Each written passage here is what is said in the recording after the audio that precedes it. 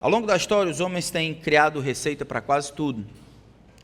E eu digo quase, sendo modesto. Receita de arroz de festa, receita para conquistar o coração da sogra, receita de um casamento feliz, e até receita da irmã Jurema, que traz a pessoa amada. Receita para tudo. Mas será que tem receita para tudo mesmo? Será que teria uma receita para religiosidade crua? Será que existe uma receita para conseguir achar que tudo está dando certo, mesmo que tudo esteja errado? Quais seriam os ingredientes para criar um filho do inferno? Como eu poderia ir para o inferno em grande estilo? Será que existe uma receita para ir para o inferno? Enquanto nós estudamos o Evangelho de Lucas de maneira sequencial, nós chegamos ao capítulo 11 do Evangelho de Lucas. E lá nós estudamos sobre os adversários do ministério de Jesus, do avanço do reino, do estabelecimento do reino, da mensagem de Jesus, o adversário, este reino parasita. Os adversários são muitos. Nós vimos por algum tempo que os demônios, eles se tornavam adversários de Cristo, atrapalhando. Depois vimos que os fariseus ou líderes religiosos, por causa daquilo que viviam, da maneira como interpretavam o que estava acontecendo por meio de Cristo, eles também se tornaram adversários da mensagem do próprio Cristo. Religiosidade, de todos talvez os males, é aquele que mais atrapalha o avanço do reino de Deus. Ser religioso não somente não é suficiente para adentrar e abraçar o reino de Deus, mas também é algo corrosivo, pernicioso. É exatamente aos líderes religiosos da época de Jesus que nós vamos ver os reclames piores, as denúncias mais grotescas, os ataques mais viris de Jesus, desconstruindo toda a religiosidade que eles querem trazer. É contra os religiosos, os mais religiosos no tempo de Jesus, que o mestre vai falar de maneira mais crua, direta, contra. Jesus então vai ensinar na passagem de Lucas capítulo 11, a partir do verso 37. Ele pode nos dar um exemplo de como evangelizar religiosos, mas eu prefiro dizer que aqui Jesus está nos ensinando como ir para o inferno em grande estilo. E a razão por que eu disse ir para o inferno em grande estilo é que nesta sessão, do que vai do versículo 37 até o versículo 54, Jesus fala para esse grupo de religiosos, isso é composto de fariseus e escribas ou intérpretes da lei. Falando para eles, ele disse: vocês pegaram, no versículo 52, vocês pegaram as chaves do conhecimento, vocês mesmos não entraram e ainda impediram que estavam entrando. Falando para esse mesmo grupo, um pouco mais na frente, na semana da sua paixão, Jesus diz: olha, vocês viajam terra e céu, procurando alguém para converter, procurando fazer um prosélito, e quando conseguem, tornam este rapaz 2 vezes mais filhos do inferno do que vocês. Vocês não vão escapar daquilo que está chegando. Enquanto nós estudamos então esse texto, eu quero ajudar aqueles que estão aqui que talvez sejam religiosos, para que você não precise ir para o inferno em grande estilo. Em grande estilo, isso é pensando correto, fazendo algumas coisas corretas, fazendo todas as coisas relacionadas a uma boa religião, moral, benéfico, bondoso. E aí acabe se deparando com o inferno em chamas. Aos religiosos parece que o inferno vai ser um pouco mais quente. Mas também quero ajudar aquelas pessoas que, dentre nós, mesmo salvos pela fé em Jesus Cristo, estão tendo uma dificuldade ainda com religiosidade, se envolvendo em determinados parâmetros ou em padrões, observando determinadas coisas que são impróprias para aqueles que nasceram de novo, mas são muito comuns dentro da religiosidade. Então, vamos para o nosso texto, enquanto tentamos responder a pergunta sobre uma receita para ir para o inferno em grande estilo. Versículo 37 diz assim, a palavra do Santo Deus. Ao falar Jesus estas palavras, um fariseu o convidou para uma refeição na sua casa. Entrando na casa, Jesus tomou lugar à mesa. O fariseu admirou-se ao ver que Jesus não tinha se lavado antes de comer. Mas o Senhor lhe disse: vocês, fariseus, limpam o exterior do copo e do prato, mas o interior de vocês está cheio de roubo e de maldade. Seus tolos! Quem fez o exterior não é o mesmo que fez o interior? Mas deem como esmola o que está dentro do copo e do prato, e tudo lhe será limpo.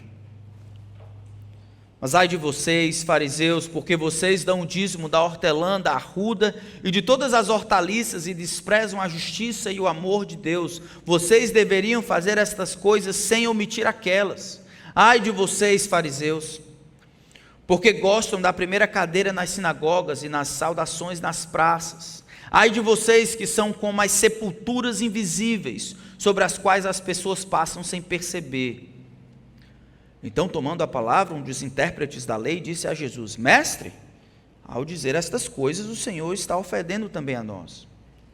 Mas Jesus respondeu: ai de vocês também, intérpretes da lei, porque sobrecarregam os outros com fardos superiores às suas forças, mas vocês mesmos nem sequer com um dedo tocam nesses fardos. Ai de vocês, porque edificam os túmulos dos profetas que os pais de vocês assassinaram.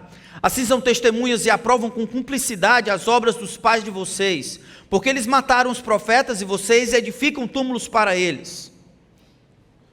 Por isso também diz a sabedoria de Deus: mandarei para eles profetas e apóstolos, e alguns deles matarão e a outros perseguirão, para que desta geração se peçam contas do sangue dos profetas derramado desde a fundação do mundo, desde o sangue de Abel até o sangue de Zacarias, que foi assassinado entre o altar e o santuário.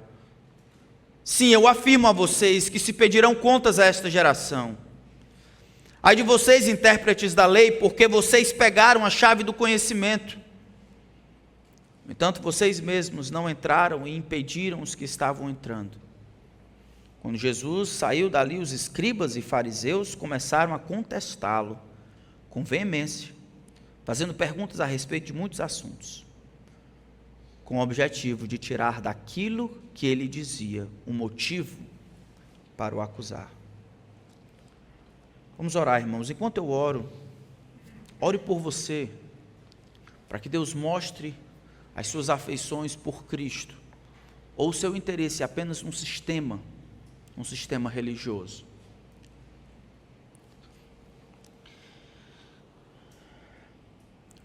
Senhor, não há homem que busque a Ti. Todo homem, por mais firme que esteja, é pura vaidade. Os nossos pés resvalam. A nossa única esperança é que Cristo, e Cristo somente, nos sustenha. É para Ele que nós corremos agora mais uma vez. Lembra que o Senhor, Deus Pai, aceitou o sacrifício do Teu Filho, nosso Senhor Jesus Cristo. Agora olha e lembra que o Senhor colocou fé em nosso coração para crermos nele. Ajuda-nos, Senhor, a vivermos de uma maneira completamente oposta à religião traçada e construída, inventada pelos homens, para que pelos seus próprios esforços consigam se achegar a Deus. Liberta-nos, Senhor, de qualquer resquício. Agora que a Tua palavra está aberta diante de nós, eu peço que ela seja a nossa regra, que o nosso pensamento caminhe sobre o que ela tem a dizer. Eu peço a Ti, Espírito, que o Senhor seja o nosso professor, que o Senhor nos instrua, não somente o intelecto, mas as afeições e o coração.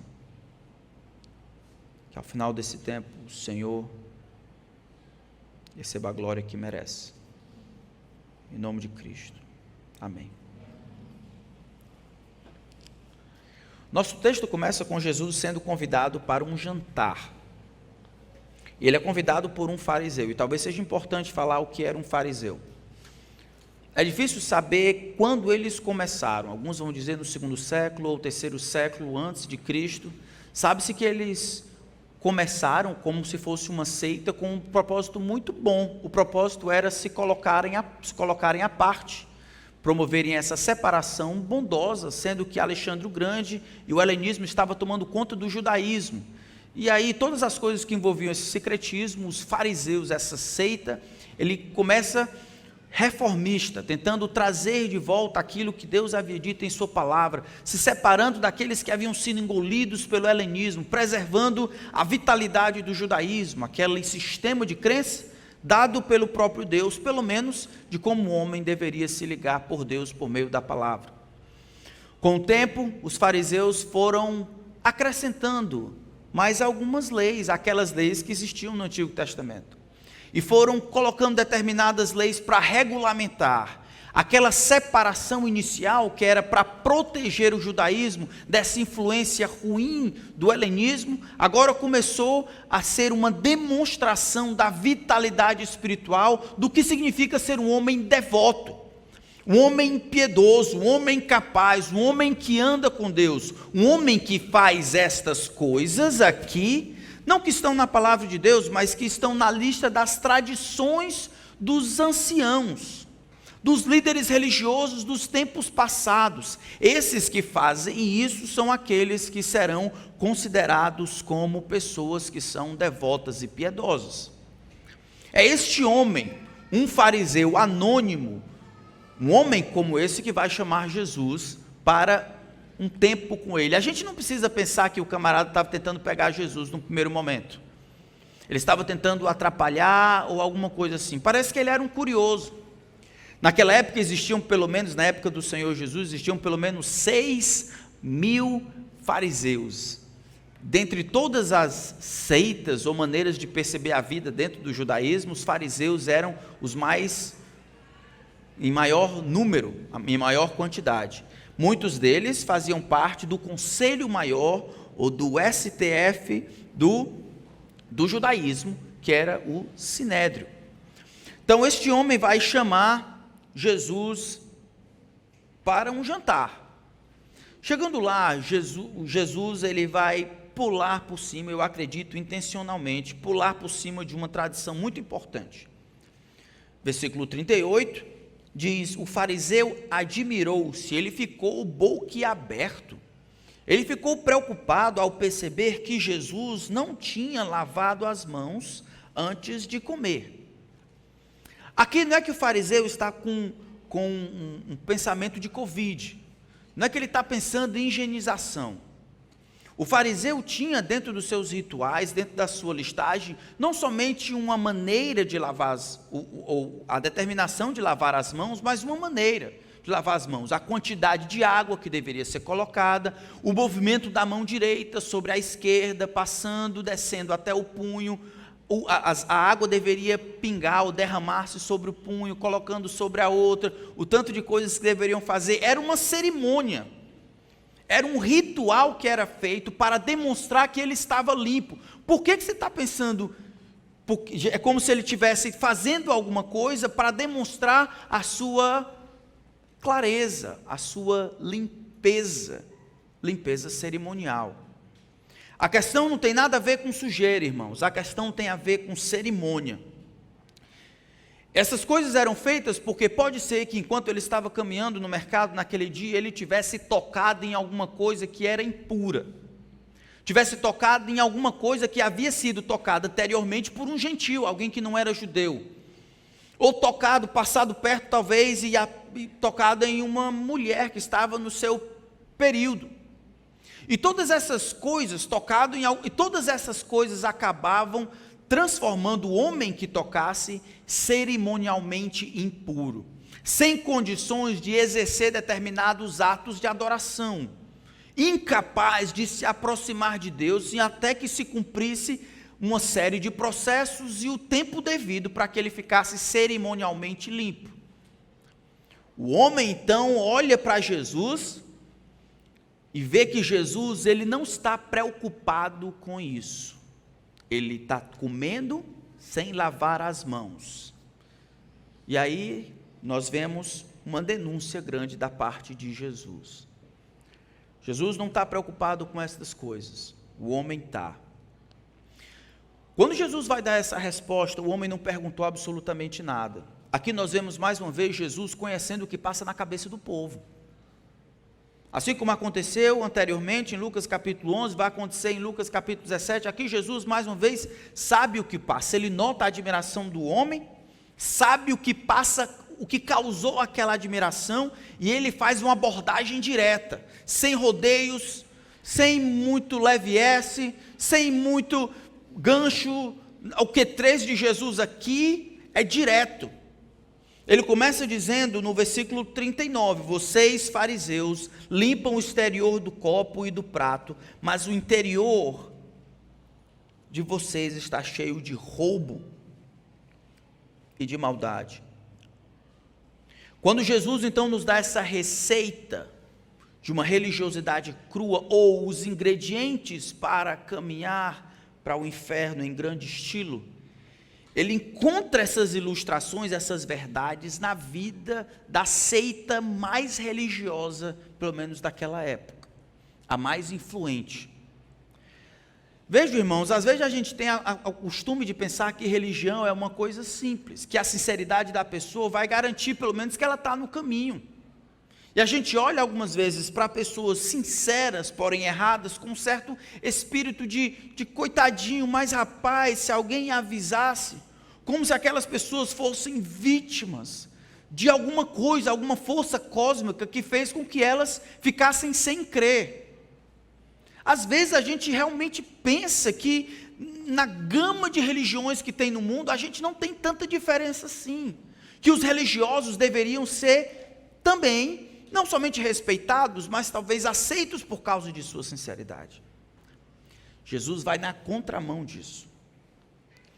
Ele olha por trás da religião, por trás do homem confeccionando sistemas, regras, elaborações, leis, a formação de degraus, para que o homem, por seus esforços, chegue até Deus. Ele percebe nessa construção algo nocivo, rebelde, fútil, tolo, perverso, maligno. E por amor a este homem, eu acho, em misericórdia, vai denunciar. O primeiro ingrediente, então, que Jesus denuncia aqui, na construção de uma caminhada, ou ir para o inferno em grande estilo, é o foco no exterior. Eu digo em grande estilo porque esses fariseus e líderes religiosos não eram como os outros, não. A roupa, diferente. Dieta, diferente. Saudação, diferente. Tudo na vida desses homens era diferente, quanto à disciplina, quanto às regras, quanto ao tempo de estudo, as roupas, as vestes, a dieta, o lugar onde eles iam, os ambientes, as amizades, eles eram o topo, a demonstração de piedade, de reverência, de proximidade de Deus. Jesus traz essa inversão, eles estão caminhando a passos largos para o inferno, mas em grande estilo, cheirosos, talvez, bonitos, estilosos, caminhando. Jesus denuncia, o primeiro ingrediente é o foco no exterior. Se você quiser ir para o inferno, então em grande estilo, tenha certeza de focar no exterior. A ilustração de Jesus, do versículo 40 em diante, apenas afirma a verdade. Vocês, fariseus, limpam o exterior do copo e do prato, mas o interior de vocês está cheio de roubo. Essa é uma ilustração fabulosa. Qual foi a última vez que você foi jantar na casa de alguém ou num restaurante em que você recebeu o copo e o prato e a primeira coisa que você fez foi olhar o inverso do prato para ver se estava sujo? Já fizeram isso alguma vez? Você recebe o prato e o copo e a primeira coisa que você faz é virar o copo ou o prato para ver se o inverso, o lado de fora está sujo. Ninguém faz isso. Nós olhamos o que está diante de nós, é onde vai ser servida a comida, de onde nós vamos comer. Os fariseus, Jesus está dizendo, estão fazendo exatamente o oposto. Muito legal que Jesus usa essa ilustração quando estão comendo. Convidado para o jantar, ele dá essa ilustração para dizer, vocês são como aquelas pessoas que, ao receberem comida, ou um lugar para colocar o que é importante, comida, vocês olham se o inverso, se o oposto, se o de fora está sujo. Não é à toa que no versículo 40 ele diz: prestem atenção, vocês são uns tolos, focando a atenção no que é externo, prestando atenção se o oposto, o lado de fora está sujo. Deveriam olhar o que está dentro e começar a limpeza pelo que está dentro. E o que está dentro, eu digo a vocês, é maldade e é roubo. A palavra roubo aqui tem um aspecto de violência para com o seu irmão, para o que é do outro, ou tomar. Não é o furto, é o roubo qualificado aqui, onde pelo uso da força eu tomo as coisas dos outros. Essa palavra algumas vezes é traduzida como estupro. É como se Jesus estivesse simplesmente dizendo que vocês interferem na vida dos outros e roubam, tomando vantagem do que os outros têm a oferecer. Isso está dentro do copo, isso vocês não veem. Motivado por maldade, vocês não querem de fato ser piedosos, mas camuflam essa maldade, este roubo, estupro espiritual, pela maneira como vocês se comportam do lado de fora. Vocês focam no exterior. Uma das maiores características de religiões falsas é essa alegria e criatividade para parecerem, para darem conta de que são piedosos do lado de fora. A concentração exagerada em regras, o máximo possível para demonstrar por A mais B o conceito de piedade que deveria estar dentro do coração. Mas nós não estamos isentos disso. Irmãos, eu agradeço a Deus quando Deus trabalha na sua vida, para limpar coisas do lado de fora. É muito legal quando você deixa de praticar determinadas coisas no exterior, mas não pare por aí, porque comportamento, o AA pode fazer, e o NA também. Comportamento é uma coisa que o mundo tem a oferecer. Terapias ocupacionais, comportamentais estão lá, e elas cumprem a sua função de comportamento.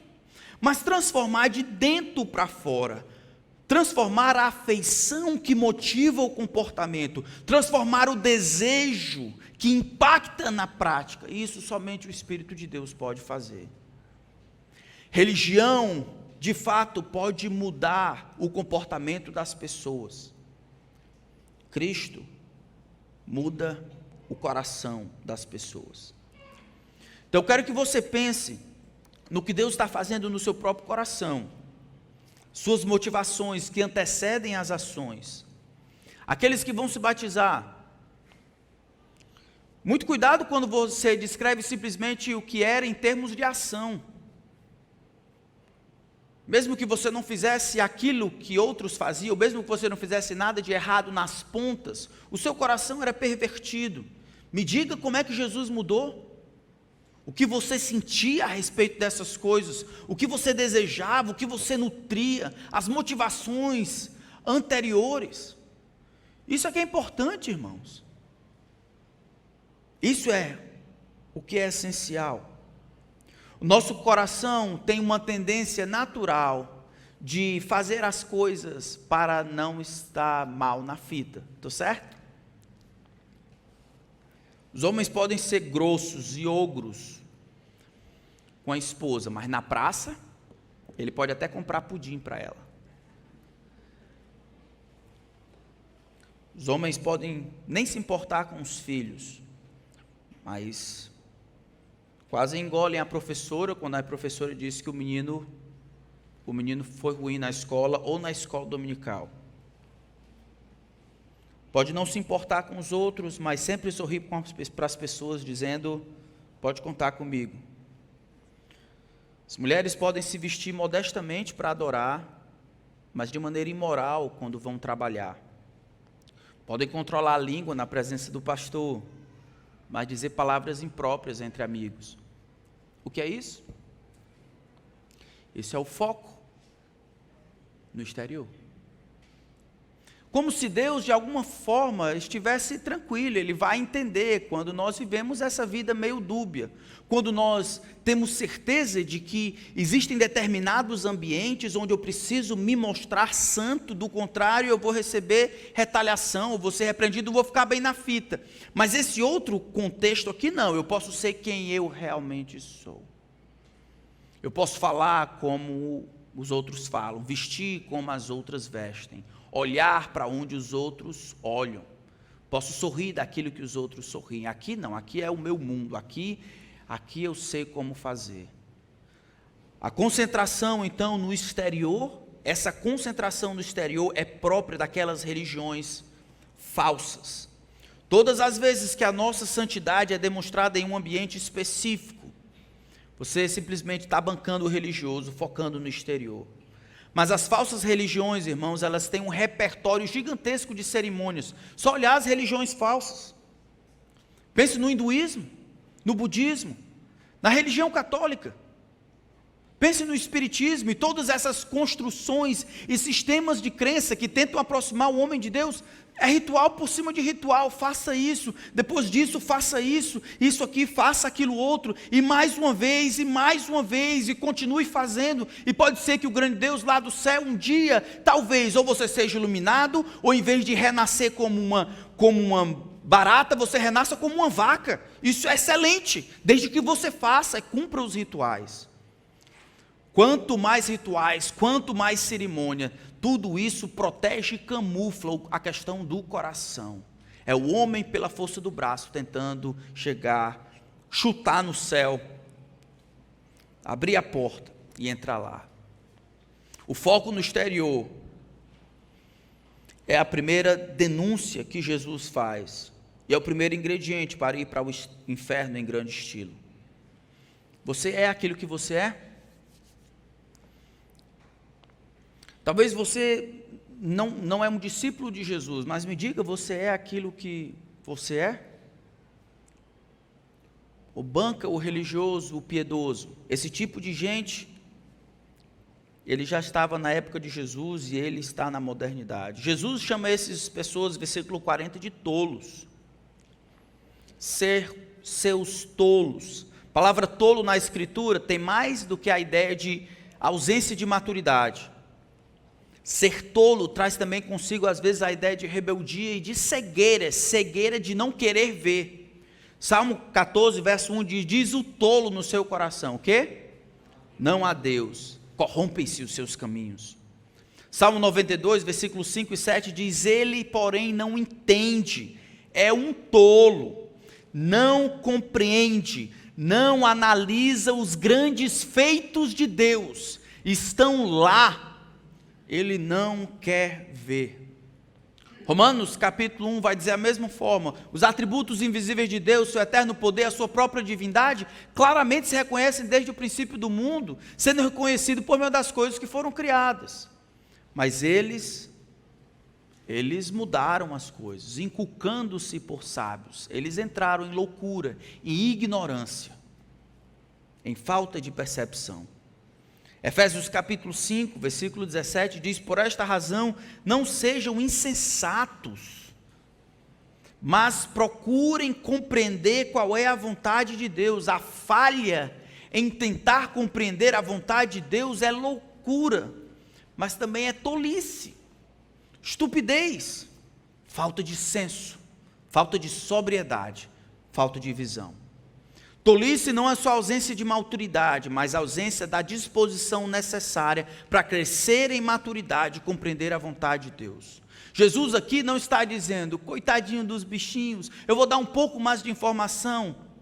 Na verdade, a gente vai ver no final desse relato aqui, é que eles continuam fazendo perguntas para Jesus. Por quê? Estão curiosos? Não? Eles querem encontrar algum desvio no que Jesus está dizendo para acusá-lo e assim matá-lo alguns meses mais na frente. Não é a falta de informação, essa tolice aqui é rebeldia. E Jesus então continua, a tolice de vocês está aqui, quem fez o exterior não é o mesmo que fez o interior? Em outras palavras, é o desejo do Criador haver uma equivalência entre aquilo que vocês fazem e aquilo que vocês querem e desejam. Precisa haver uma equivalência. É desejo do Criador. Se vocês forem um copo nas mãos do Senhor, para Ele é tão importante o que está na parte de baixo quanto o que está dentro.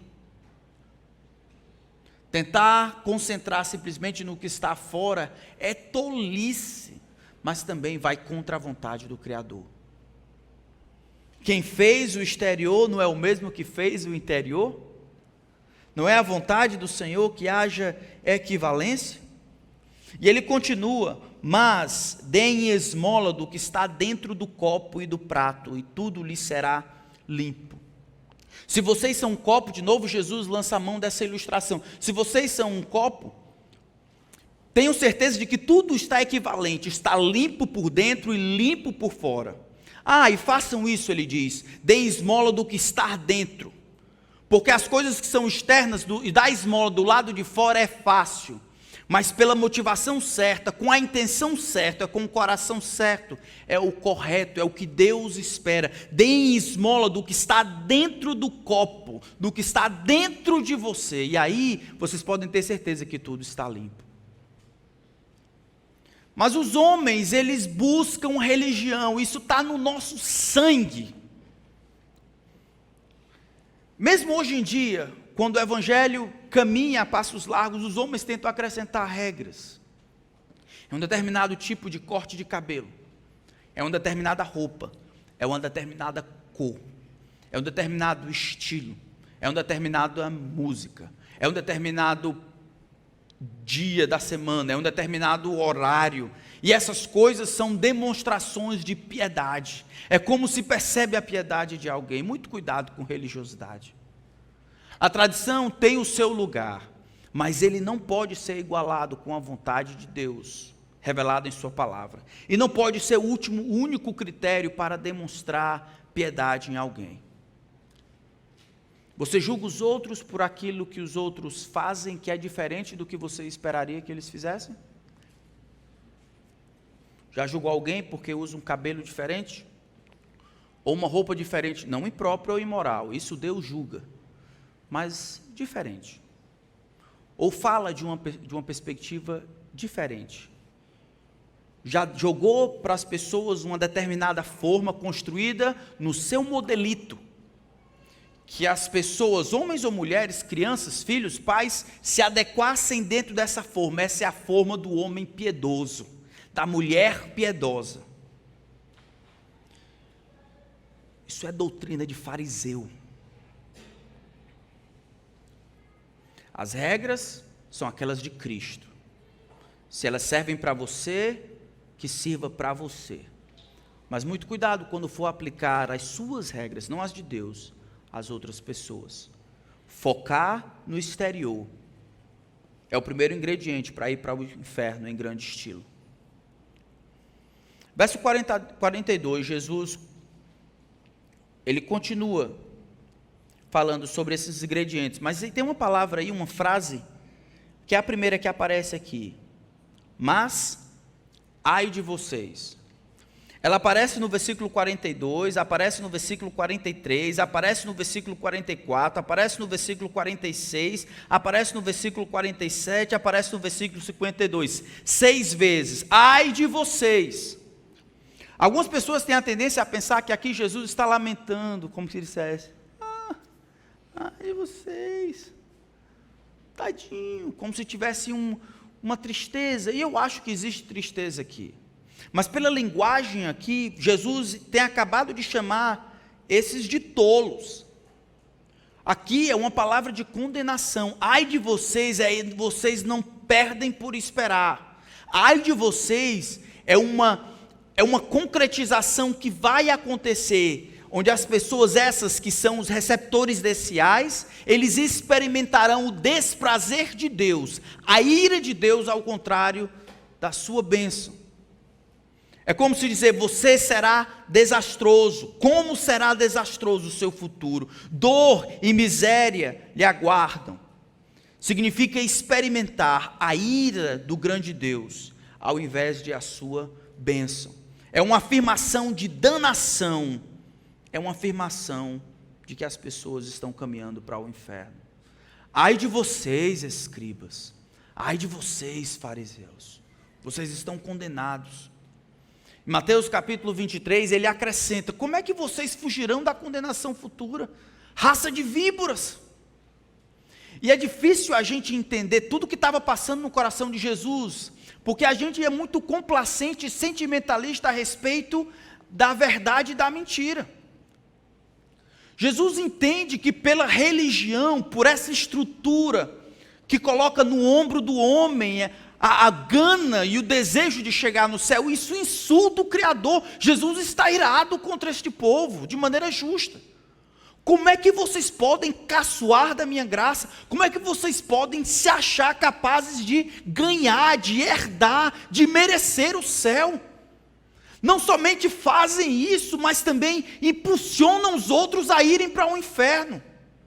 Vocês não entram nem deixam que os outros entrem. São duplamente condenados. O inferno será mais quente para vocês um dia. Existe algo central no Evangelho, que qualquer pessoa ou sistema de crença fugir do que a palavra de Deus tem dito como método de salvação, o arrependimento e a crença em Jesus Cristo, aqueles que propagam o ensino, esses receberão merecida condenação. E nós deveríamos sentir o mesmo peso, não raiva, mas aquela energia irada que dirige-se para aquilo que é correto, pregar o Evangelho, defender o Evangelho, denunciar o erro. Não estou dizendo para você começar a colocar no seu story, vocês são todos raças de víboras, esses bandos de raça de víboras, mandar um direct para todo mundo, raça de víboras. Mas para a gente aprender a não ser muito complacente com o erro. A gente não está brincando. Religião leva as pessoas para o inferno, é Jesus que salva. Religião, por mais estruturada e piedosa que seja, leva as pessoas para o inferno, é Jesus que salva. E aqueles que creem dessa maneira, na religião, e ensinam os outros, eles são duplamente condenáveis.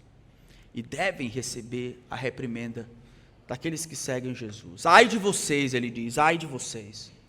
Verso 42, então, o segundo ingrediente, ele diz: fariseus, porque vocês dão o dízimo da hortelã e da arruda, e de todas as hortaliças, e desprezam a justiça e o amor de Deus.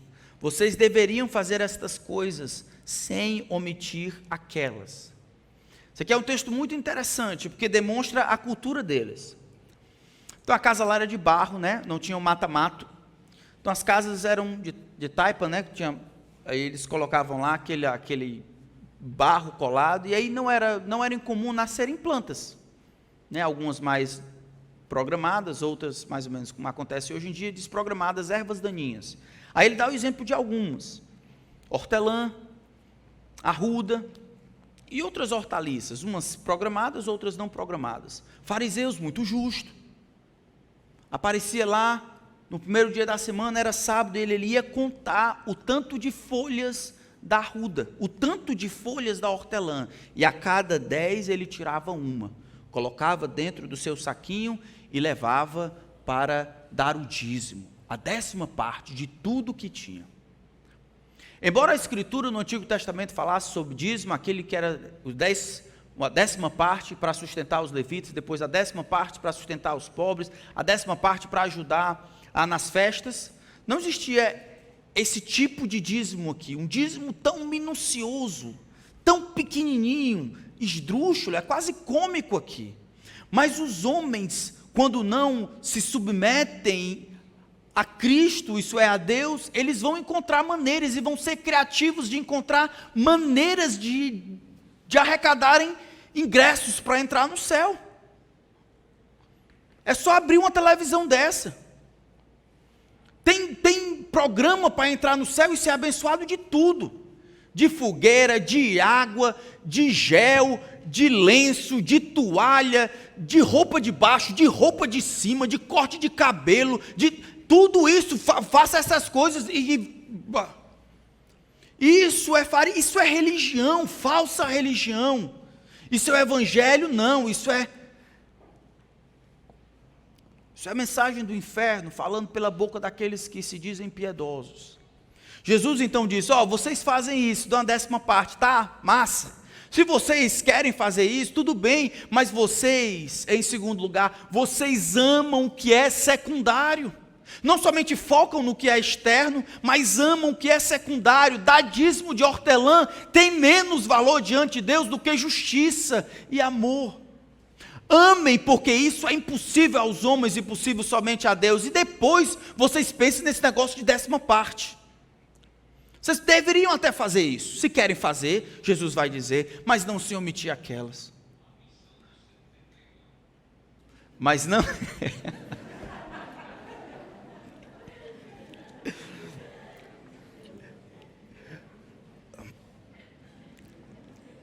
Tá. Então, eu estava dizendo o quê? Estava falando sobre dízimo, né? Então Jesus diz, vocês poderiam até fazer aquilo, isso é, dar o dízimo do hortelã, do cominho, dessas coisas, mas sem ignorar o que é prioritário. Então, aqueles que vão para o inferno em grande estilo, normalmente eles amam aquilo que é secundário. Algumas coisas têm precedência sobre outras, e nós deveríamos procurar aquilo que é mais importante, a justiça, o amor, conforme Deus tem dito em sua palavra. A primeira vez na escritura que aparece esse termo dízimo, aparece em Gênesis capítulo 14, é Abraão, que depois de lutar contra 4 reis contra 5 e vencê-los, ele volta, encontra Melquisedeque, sacerdote do Deus Altíssimo, e ele, em sinal de gratidão, ele oferece a 10ª parte de todo o espólio de guerra.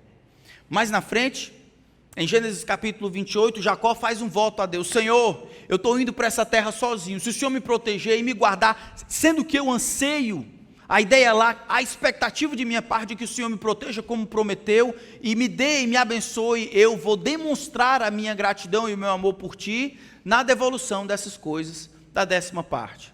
Mas a 10ª parte, o dízimo, isso aí é irrelevante quando não há disposição do coração. O que Jesus está dizendo é que justiça e amor a Deus é muito mais importante do que esses atos externos, do que esses atos secundários. Por toda a história do Antigo Testamento, eles poderiam ter lido isso. Em Isaías capítulo 1, o profeta denuncia, rapaz, eu não aguento os seus sacrifícios. Vocês trazem esse sacrifício de lua nova, sacrifício disso aqui, isso aí me enoja. O que eu quero é um coração quebrantado. O que eu quero uma disposição para amar, para cuidar do pobre, para cuidar da viúva. Eu quero uma disposição de andar nos meus caminhos. Em Salmo capítulo 51, abram lá. Nessa oração de penitência.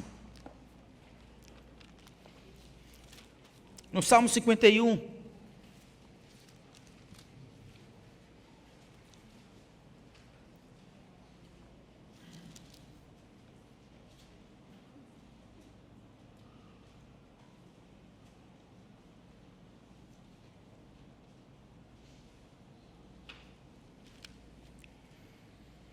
Versículo 16 e 17 diz assim, pois não te agradas de sacrifícios,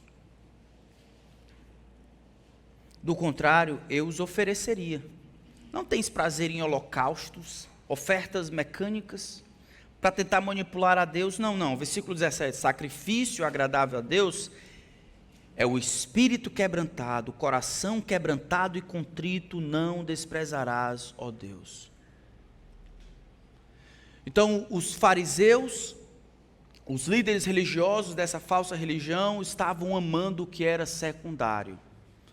Eu não fico bem, eu não me importo com Jesus, mas domingo eu estou lá, eu trago o dízimo.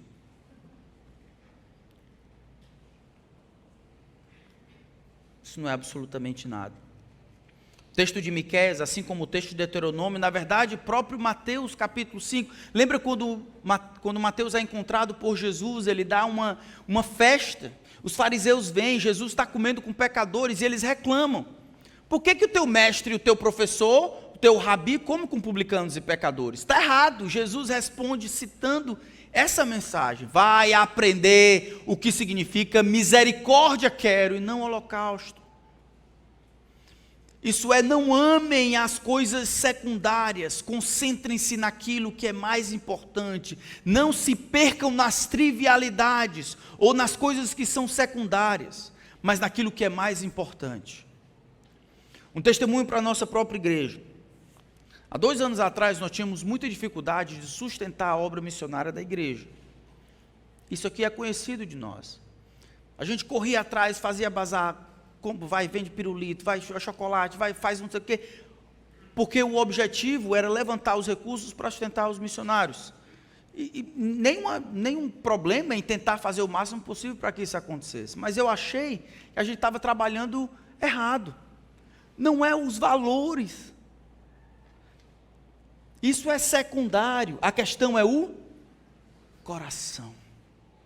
Se eu amar o que Deus ama, se eu amar o que Deus planeja estar fazendo, que é magnificar Jesus entre todas as nações, se eu amar isso, então eu vou me sacrificar para que isso aconteça.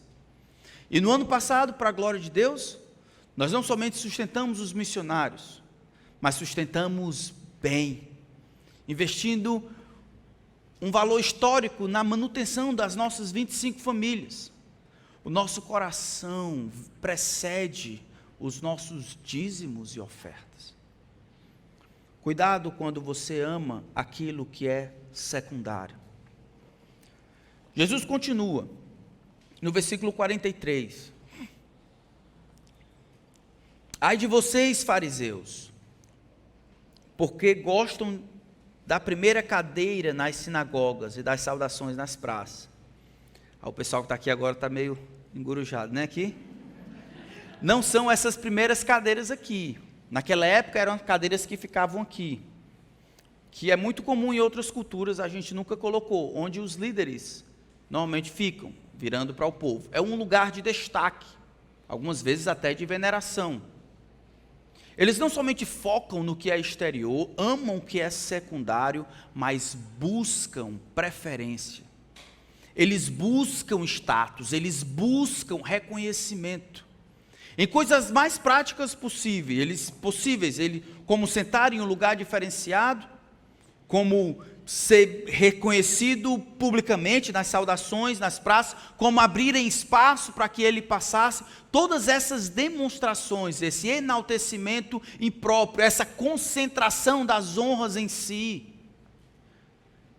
E aí você olha o que está acontecendo no Brasil, você passa na Washington Soares, tem uma época que você passa e tem foto de apóstolo de tudo que é lado, de coisa de casamento ele está lá, coisa de Israel ele está lá também, coisa nobre ele está lá, tudo é concentrado nele. O ministério, a gente chama até assim, não é a igreja mais de Jesus Cristo, não é a igreja do Planalto, é a igreja outra, é o ministério de fulano de tal.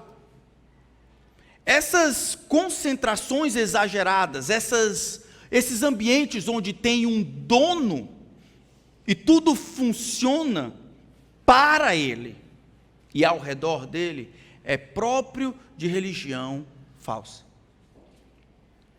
Vocês gostam das primeiras cadeiras na sinagoga, buscam essas coisas.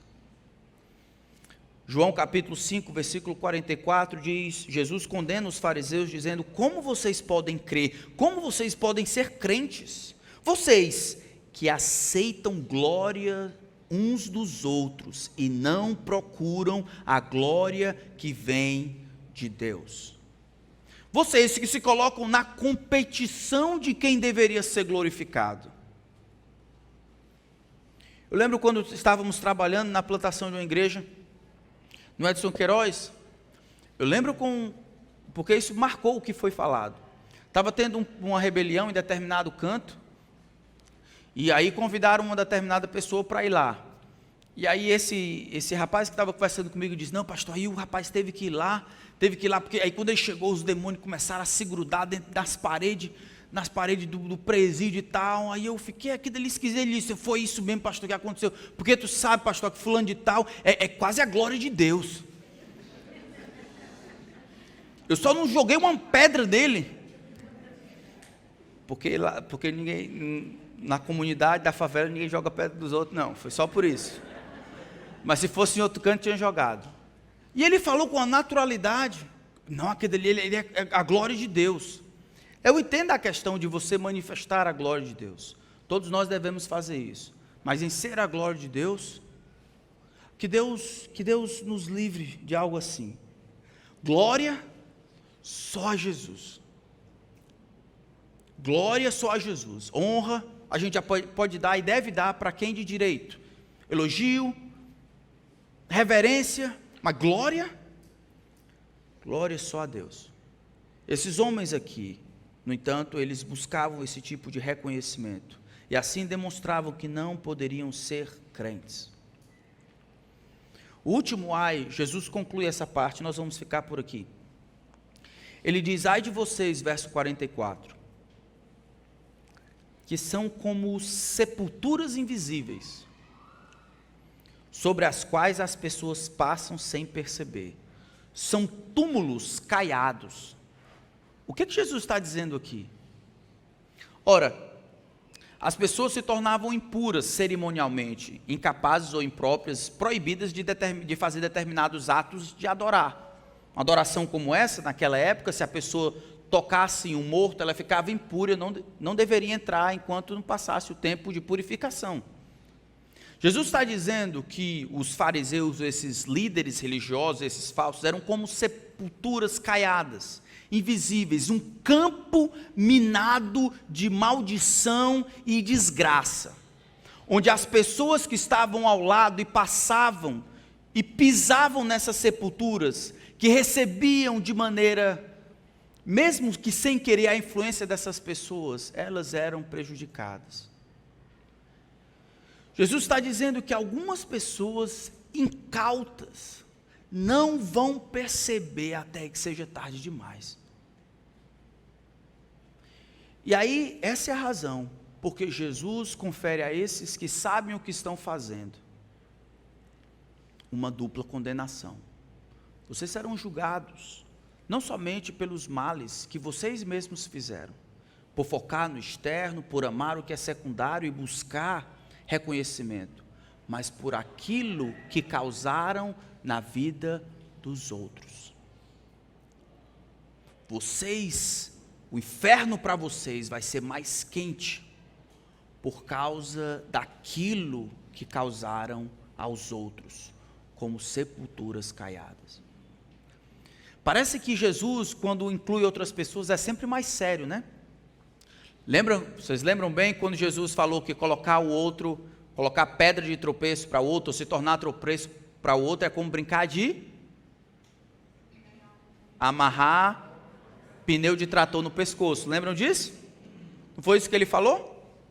Negócio sério, aqui não é diferente. Olha, vocês serão duplamente condenados, porque naquele dia vocês colocaram pessoas a perder eternamente. Elas não souberam, deveriam saber, mas vocês influenciaram elas para lá. Algumas aplicações, irmãos, para nós terminarmos. É importante que a gente faça uma avaliação do nosso sistema de crença. E tenha certeza de que a gente não somente faz as coisas que são requeridas de nós, mas no coração, quando ninguém está vendo, nós queremos amar Jesus. Queremos fazer aquilo que é a vontade de Deus.